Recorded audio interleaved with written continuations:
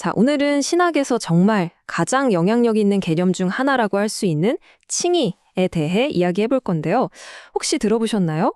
이게 진짜 재미있는 게 마치 만능 열쇠처럼요. 이 아이디어 하나가 당시 초대교회가 겪던 온갖 다른 문제들을 싹 해결했다는 겁니다. 오늘 그 비밀을 한번 파헤쳐 보시죠. 아니, 어떻게 그럴 수가 있을까요? 어떻게 아이디어 하나가, 그것도 신학적인 개념 하나가 그렇게 다양한 문제들의 해결책이 될 수 있었을까요? 바로 사도 바울이 이 칭의라는 열쇠를 가지고 초대교회의 여러 위기 상황에 어떻게 대처했는지 지금부터 하나씩 뜯어보겠습니다. 네, 바로 이게 바울의 마스터키입니다. 믿음으로 말미암는 칭의. 말이 좀 어렵죠? 쉽게 말하면 이런 거예요. 우리가 하나님 앞에서 오케이, 너는 의롭다 하고 인정을 받는 게 우리가 뭘 잘해서, 율법을 잘 지켜서가 아니라 오직 예수 그리스도를 믿는 그 믿음 하나로 된다는 거죠. 이 내용은 사실 로마서에 제일 자세히 나와요. 근데 진짜 재밌는 건 바울이 이 똑같은 열쇠를 가지고 전혀 다른 문제들을 어떻게 풀어나갔는지 바로 그 지점입니다. 좋습니다. 그럼 첫 번째 케이스 스터디부터 시작해 볼까요? 바로 갈라디아 교회에서 벌어진 일입니다. 당시 갈라디아 교인들이 엄청난 딜레마에 빠져 있었어요. 어떤 사람들이 와서 이렇게 가르친 거죠. 여러분, 예수님 믿는 것만으로는 좀 부족합니다. 진짜 하나님께 인정받으려면 할례도 받고 구약의 율법도 열심히 지켜야 해요. 그러니까 믿음에다가 뭔가를 더 추가해야 한다는 아주 쏠깃하면서도 위험한 유혹에 빠진 겁니다. 자, 이 상황에 대한 바울의 해법은 정말 명쾌했습니다.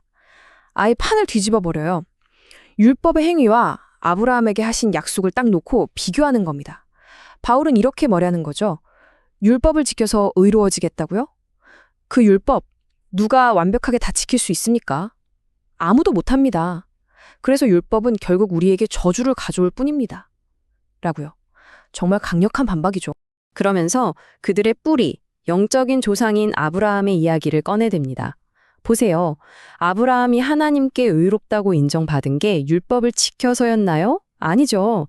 그냥 하나님을 믿었기 때문입니다. 라고 말이죠.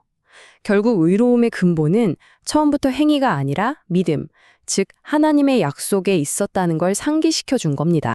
그래서 갈라디아 교인들에게 칭의는 이런 의미였던 거예요. 더 이상 율법이라는 무거운 짐에 얽매일 필요가 없는 자유. 그리고 마침내 아브라함에게 약속하셨던 그 복이 이방인인 우리에게까지 흘러들어오는 놀라운 약속의 성취였던 거죠. 이건 그냥 교리가 아니라 그들의 삶을 완전히 바꾸는 해방선언이었습니다. 자, 그럼 이제 두 번째 케이스, 고린도 교회로 가보겠습니다. 여기는 상황이 또 완전히 달라요. 율법주의가 아니라 다른 문제가 교회를 흔들고 있었거든요. 고린도 교인들은 좀 잘 나갔나 봐요. 세상적인 지혜나 누구한테 세례를 받았는지 이런 걸 가지고 서로 막 자랑하고 편을 가르고 있었던 겁니다. 나는 아볼로파, 나는 바울파 하면서 말이죠. 한마디로 교만과 분열이 문제였어요. 바울은 이 교만이라는 문제를 정면으로 깨부수기 위해 다시 칭의라는 열쇠를 꺼내듭니다. 그러면서 예레미야 선지자의 말을 인용하죠. 자랑하려거든 주님 안에서 자랑해라. 이게 무슨 뜻일까요? 바로 이겁니다. 바울은 말해요. 하나님께서 우리의 모든 인간적인 노력, 지혜, 자랑거리를 다 제로로 만드셨다고요. 왜? 그 누구도 하나님 앞에서 자기 자신을 자랑하지 못하게 하시려고요. 그리고 그 빈자리에 그리스도를 채워놓으신 겁니다.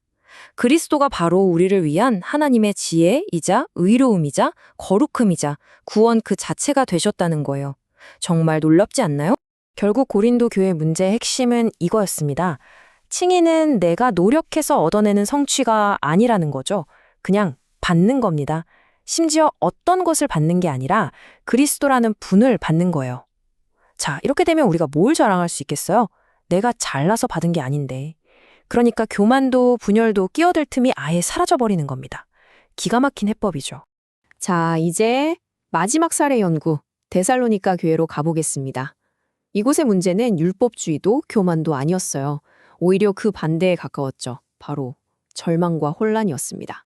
이 사람들은 뭘 걱정했냐면요.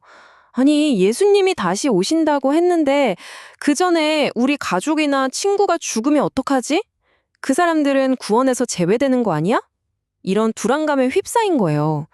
미래에 대한 희망이 흔들리니까 어떤 사람들은 아예 일상생활을 포기하기까지 했죠. 이런 불안감에 빠진 사람들에게 바울은 이미와 아직이라는 틀을 가지고 설명합니다. 여러분, 정신 차리세요. 여러분은 이미 빛의 자녀들이고 하나님의 진노에서 구원받았습니다. 이건 확정된 사실이에요. 이게 이미입니다.